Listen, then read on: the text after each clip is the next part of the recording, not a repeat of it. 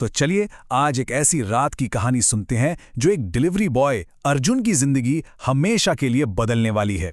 अपनी बीमार मां के लिए उसका प्यार उसे एक ऐसे रास्ते पर ले जाएगा जहां से लौटना नामुमकिन सा लगता है।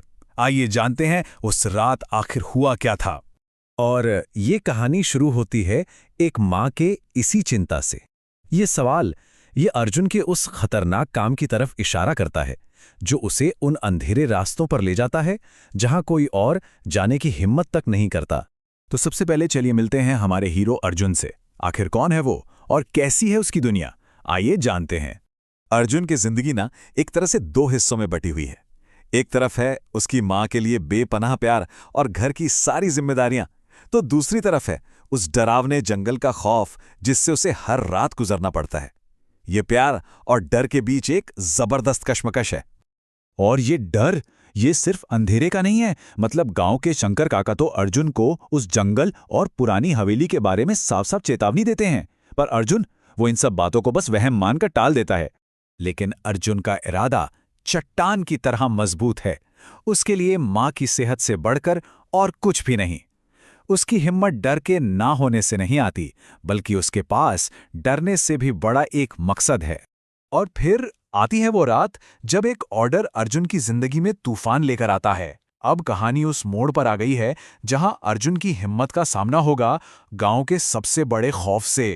रात के 10 बज चुके हैं और तभी ढाबे का फोन बजता है। दूसरी तरफ है ठाकुर बलवंत सिंह जो इतनी रात और रास्ते के खतरों के बावजूद खाना मंगवाते हैं। उनकी आवाज में हुक्म है, एक ऐसा हुक्म जिसे कोई टाल नहीं सकता। अब ढाबे के मालिक रघुनाथ काका ये ऑर्डर लेने से साफ मना कर देते हैं।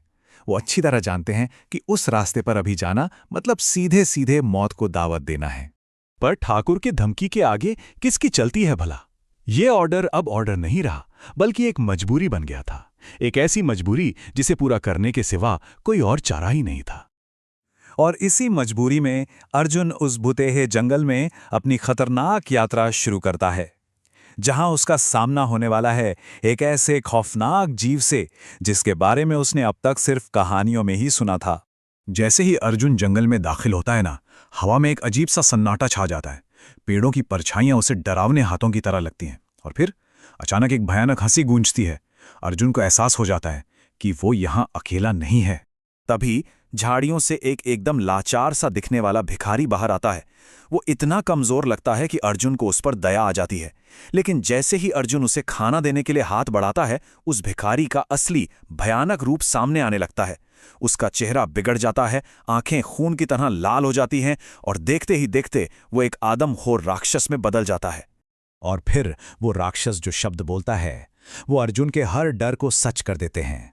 अब ये सिर्फ एक डिलीवरी नहीं, बल्कि जिंदगी और मौत की लड़ाई बन चुकी थी।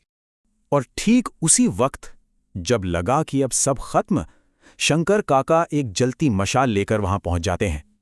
आग की रोशनी देखते ही वो आदमखोर अंधेरे में गायब हो जाता है। और ये इस बात का पक्का सबूत था कि गांव की वो डरावनी कहानियां सिर्फ कहानियां नहीं थीं। खैर, उस आदमखोर से तो जान बच गई और अर्जुन आखिरकार ठाकुर की उस खौफनाक हवेली तक पहुंच ही जाता है। लेकिन उसे क्या पता था कि असली खौफ तो अब शुरू होने वाला है। हवेली के गेट पर ही चौकीदार हरिदयाल उसे कुछ बड़ा अजीब और रहस्यमयी सा निर्देश देता है। वो अर्जुन को ठाकुर के कमरे के अंदर कदम रखने से साफ मना करता है। ये चेतावनी हवेली के अंदर छिपे किसी बहुत बड़े खतरा की तरफ एक और इशारा थी। अब हवेली के अंदर नौकर रामलाल को ठाकुर का नीला पड़ा बेजान शरीर मिलता है। पर हैरानी की बात यह है कि जब वो अर्जुन को लेकर वापस आता है तो वो शरीर वहां से गायब हो चुका होता है। और तभी पूरे कमरे में एक भयानक हंसी गूंजने लगती है। ये ठाकुर की आत्मा थी।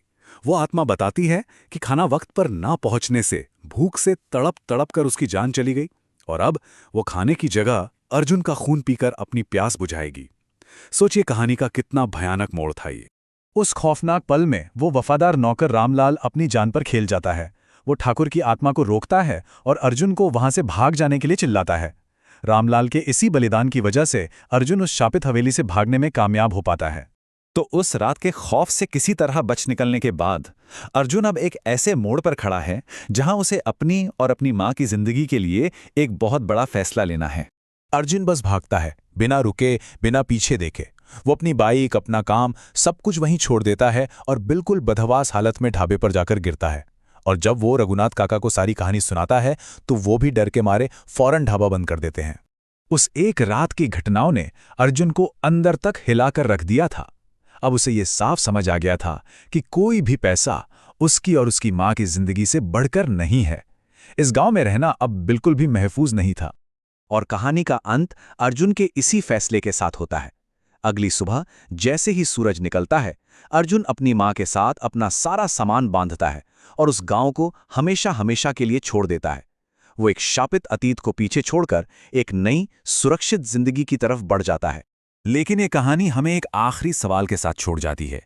क्या ये सब किस्मत का खेल था?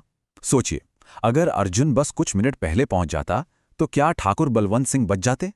या फिर उस रात का खौफ इतना गहरा था कि उसे टाला ही नहीं जा सकता था? इस बारे में सोचिएगा जरूर।